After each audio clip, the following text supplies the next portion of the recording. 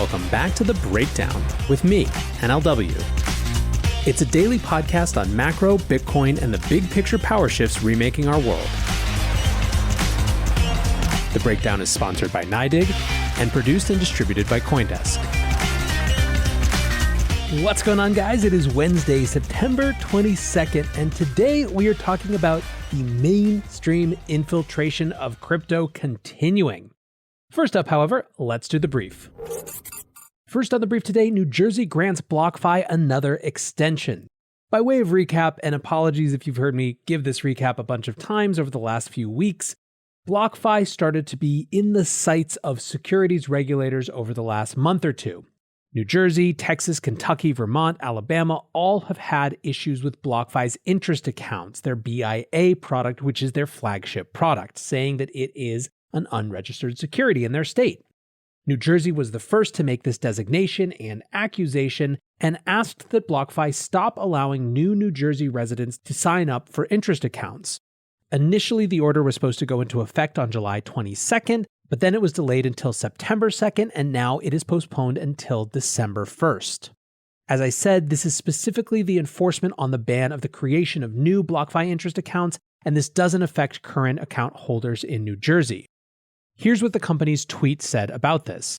Following ongoing discussions with the New Jersey Bureau of Securities to provide more details about the BlockFi interest account, the Bureau has again postponed the effective date of its previous order, this time to December 1st, 2021. We are in an active dialogue with regulators regarding the BIA, and we firmly believe that it is lawful and appropriate for crypto market participants. We remain steadfast in our commitment to fight for consumers' rights to earn interest on their crypto assets. We welcome discussions with regulators and believe the appropriate regulation of this industry is key to its future success. Now, the optimistic take on this is that it suggests that New Jersey is still deep in discussions with BlockFi around the actual specifics of their interest account. And obviously, it would be a major shift and something potentially really positive if New Jersey decided to reverse this order, saying that it wasn't, in fact, a security. It's interesting to me because I had perceived the tone as kind of shifting. Previously, there seemed to be some of this cooperation, but then last week, Zach Prince of BlockFi basically said that the SEC needed to get involved because they weren't going to make policy based on any one state or another. Either way, certainly a delay of an order to stop signing up new participants for a product is better than not, so we'll just have to keep watching and see what happens. Next up on the brief today, Chainalysis and their secret data honeypot. Blockchain surveillance companies occupy a complicated spot in this industry. On the one hand, they feel completely inevitable, right? There is so much information available based on the transparent nature of blockchains, and there is, frankly, a history of crime that takes advantage of these new peer-to-peer permissionless systems. Can't deny it. It's just a part of the legacy and it's a part of the present.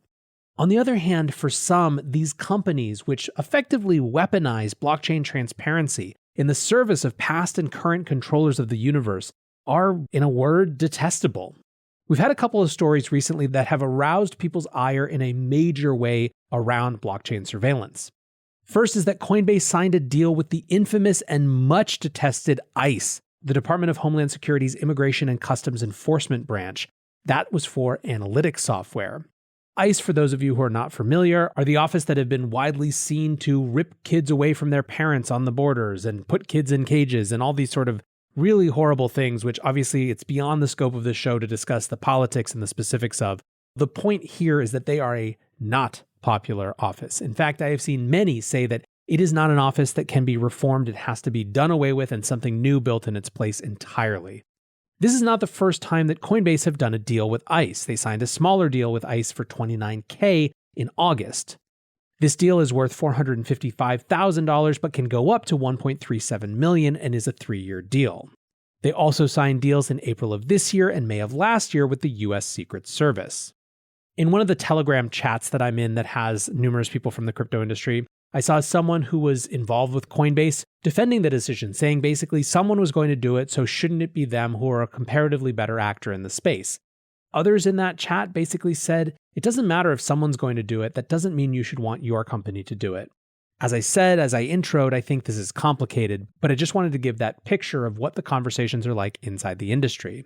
Still, there was another cause for anger yesterday. A CoinDesk scoop showed that Chainalysis owns a site called walletexplorer.com. Wallet Explorer is a block explorer site, so it lets people view the history of public crypto wallets. The thesis Chainalysis had was that bad actors would use it so as not to, quote, leave a footprint on crypto exchanges. CoinDesk got this information from a set of slides that were presented to Italian authorities and which were translated. So anyways, unbeknownst to users of WalletExplorer.com, WalletExplorer.com was owned by Chainalysis, and indeed it scrapes the IP addresses of suspicious users. The result? Quote, using this dataset, we were able to provide law enforcement with meaningful leads related to the IP data associated with an address. It is also possible to conduct a reverse lookup on any known IP address to identify other Bitcoin addresses. The outrage side of this is that anytime someone is secretly using some innocuous thing like a block explorer to gather data surreptitiously, it's gonna raise hackles. A counterpoint, of course, is that this has provided, quote, usable leads, and that a lot of the things Chainalysis has helped unlock are things like child porn rings, things that we all basically find beyond the pale. As always, the issue with surveillance and law enforcement tools isn't that they don't get bad guys. It's that they infringe on the rights of others as they do so. That is the central trade-off that societies have to debate and ultimately make. This is going to continue to be a fraught conversation as the very nature of blockchains makes them so powerful a surveillance tool. Indeed, I remember reading somewhere about a month ago that there is some rumbling that FBI and other law enforcement offices in DC kind of like the state of blockchain regulation right now because they've gotten pretty good at using it to actually be a tool rather than a hindrance for law enforcement. Last up on the brief today, Robinhood has new crypto features coming. There's no denying that Robinhood has brought a ton of people into the crypto space. Over the last few years, Robinhood has been a major force in exactly what they tried to do or say they try to do in their mission, democratizing finance. Particularly during the pandemic, Robinhood brought a whole new set of newly available day traders into the market. However, Robinhood's relationship with its users hasn't always been peachy keen. There was intense tension around GME this January when Robinhood actually shut down trading of key meme stock assets and indeed Dogecoin based on pressures from outside. I did a ton of shows back a few months ago about that, which I really loved doing, and I highly recommend if you're interested in this. Look up Robinhood, look up meme stocks, look up GME. One of them even started with a sea shanty. Either way, for crypto people, the big issue with Robinhood has been its withdrawal and transfer policies. In other words, you couldn't really say it was your crypto because you could never take it out of Robinhood. You could only sell it. Well, Robinhood is now finally announcing that they're rolling out wallet and transfer features. This is obviously too little too late for some, but for many people it means that they will fully be participants in the crypto industry even if their only access point is Robinhood. Currently, Robinhood has 7 cryptos. It's sort of a particularly weird and out-of-date set, but either way, crypto is clearly a big business for these guys. Revenue between Q2 of 2020 and Q2 of 2021 was up 4,282%. 62%, meanwhile, of Robinhood's attributable revenue from crypto was from Dogecoin. Which is perhaps a perfect segue to our main topic, which is mainstreaming. 2021 is undeniably the biggest year for crypto mainstreaming in history. And when I say mainstreaming, I mean context in which people who wouldn't natively or previously have been crypto users having a reason to interact with some part of the industry. In many ways, I think we can argue that 2020 was a mainstreaming year as well, specifically for Bitcoin and specifically with institutional investors. From the moment that the March crisis happened and Bitcoin bounced back quicker than anything else, and then Paul Tudor Jones came out with his great monetary inflation thesis, and then that was echoed by people like Bill Miller and Stanley Druckenmiller, and then it became a treasury asset, and then more hedge funds started getting in, and then more institutional investors started getting in. This was a mainstreaming moment, undeniably. This has, of course, persisted this year for Bitcoin. You have so many examples of previous holdouts, big wealth managers, big banks, all coming to the Bitcoin space. NYDIG, this show's sponsor, has been on an absolute tear, getting millions of community banks and local financial institutions the capacity to offer Bitcoin directly from people's bank accounts, for example. What's more, there is obviously the biggest example of Bitcoin mainstreaming in the world this year, which is the grand experiment that has now started in El Salvador. It'll soon be time, I think, for a check-in on how that's going now that we have a few weeks to get away from the immediate buzz, hum, frustration, complications around Bukele, etc. But I think regardless of what one thinks, there is no denying that it is the most significant Bitcoin mainstreaming experiment that we have ever had.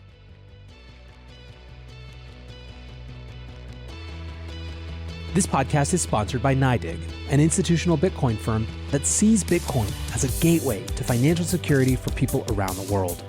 Find out more at NYDIG.com/NLW. That's NYDIG/NLW.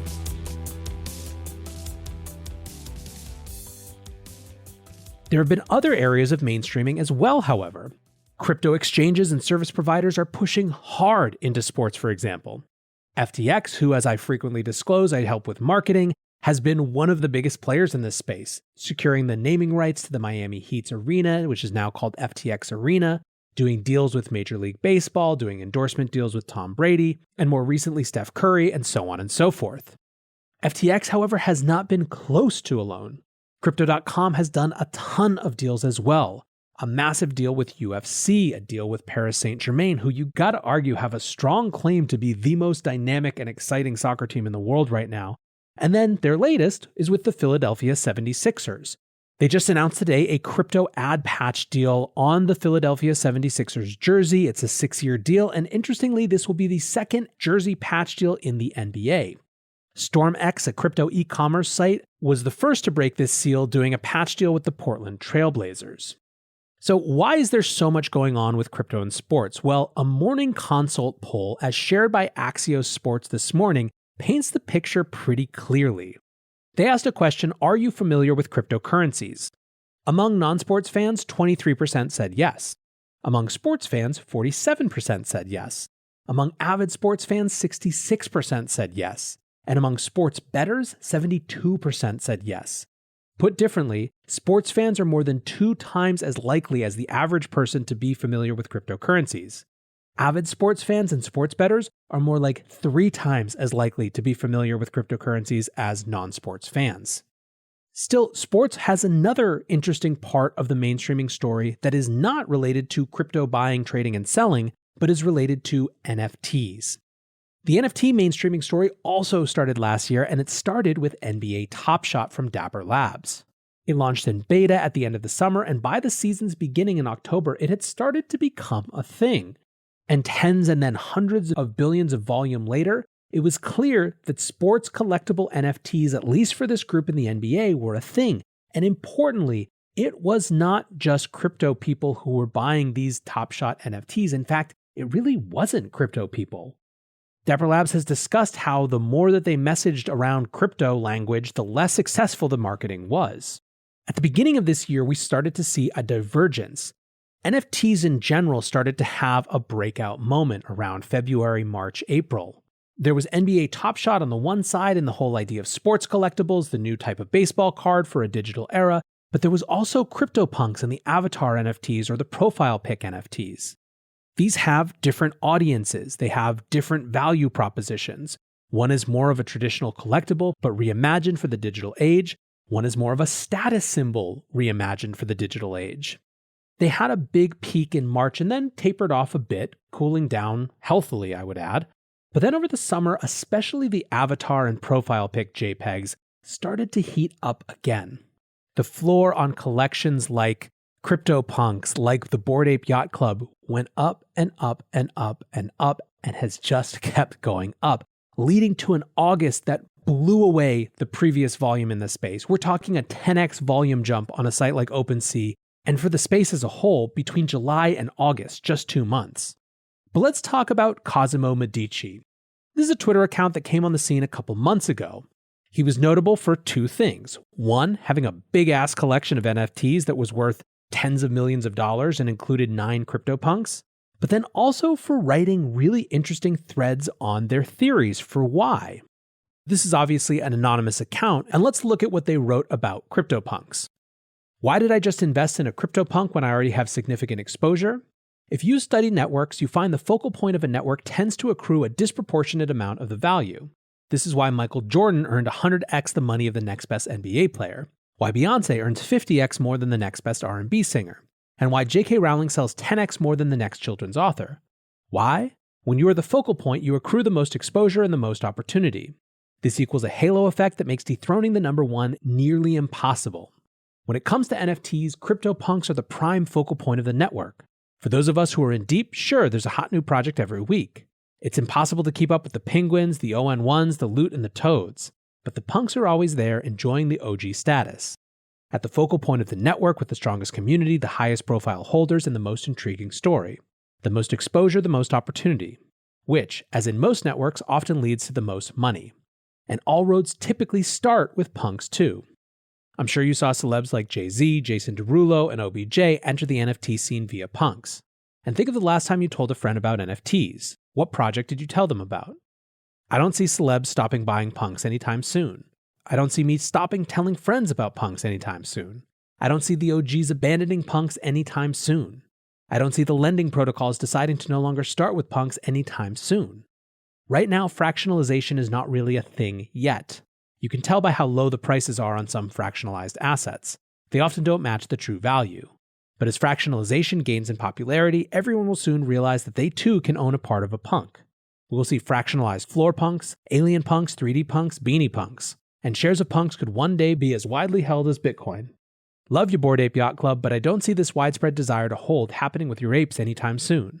And Bored Ape Yacht Club is an extremely successful, extremely awesome project, but it's hard to compete with the king. And Bored Ape Yacht Club holders know punks are king. The focal point of the NFT network, the first stop, and the last stop. This is why I feel a properly balanced NFT portfolio should contain a minimum of 50% CryptoPunks. But that doesn't mean I personally won't go to 80%. Not investment advice. Follow me, Cosmo Medici, for more threads on which projects I feel are creating new network effects, how I think about which punks to buy. My plan I'll announce soon to get CryptoPunks in front of hundreds of millions or billions of people. Your friend, CDM. So this is relevant to read in whole because, as I mentioned, they said they had a plan to get CryptoPunks in front of millions. They also started to intimate soon that they were someone of some renown, some repute. On September 20th, they said, "Dear friends, since I announced my docs, events have transpired most would not believe nor understand. What I can share is I've received an outpouring of kindness here on Twitter, and many say they prefer to know me as Cosmo and no one else. So here's what I've decided to do. Shortly, as promised, I will dox from my personal account. As my fame is considerable, the tweet will no doubt be discovered. Those who are curious to my identity will soon know it. Those who do not care or simply prefer to not know the source of my vast fame and fortune may simply not research. I will keep this account focused on NFTs and not mention this here again." People guessed many of these celebrities that Cosmo had mentioned before, Jason Derulo in particular, but it was the Dogfather himself, Snoop Doggy Dogg. He revealed this via tweet from Snoop's verified account that he was Cosmo de Medici. Now, there is a lot that I think is interesting about this. NFTs as a status symbol, even for old school folks who come from a different world, the celebrity interaction and markets that sort of interest creates, the articulation of the power of network effects, which is the central thing I believe to understand everything that happens in crypto and to have a sense about how things might change and what the factors might be. There is nothing more important in this space than network effects. But I also think it's fascinating from the standpoint of anonymity. It feels plausible to me that we're increasingly entering a world where if people won't be anonymous by default, they will have an anonymous alt account by default so they can be their full self. Social media is so viciously punishing for revealing and giving of oneself. You are forced to fit into a tribe to find the people who agree with you, or else be castigated, left aside, broken apart, etc., etc., etc. Why wouldn't more people choose to engage with communities that they were interested in through an alt account, through an anon account, where they could actually be their full self, or at least the part of themselves that relates to that community, without having to bring all the baggage from every other community and every other part of their life into that space? I don't have an anonymous account yet, but I guarantee you at some point I probably will. Now, the last thing I think is important is that Snoop has also released his own NFTs, and that's not what he's out here focused on. The thread couldn't be clearer. So to me, it brings up the question about what is the future for NFTs? Is it status symbol art? Will these early things be the main things, the store of value assets of the NFT world, as Snoop articulates? Will celebrity or brand NFT collections actually ever be a thing, or will they be a thing but not until everyone has a digital wallet or something else? What about sports collectibles? Will NBA Top Shot have a good second year? On that front, we have to wait and see till NBA season begins, but some dapper details. Dapper Labs has raised a new $250 million round at a $7.6 billion valuation. This gives them a lot of room to expand, and expand they are. Separately today, they also announced that they are bringing the Top Shot style experience to La Liga, which is Spain's biggest soccer league, and includes Real Madrid and Barcelona. So Rare also raised $680 million at a $4.3 billion valuation for their fantasy NFT marketplace yesterday, which is the largest raise in NFT history. So clearly, we are going to see some more shots on goal in the months and years to come. For now, the mainstream infiltration continues, and I think it's pretty exciting to watch. Until tomorrow, guys, be safe and take care of each other. Peace.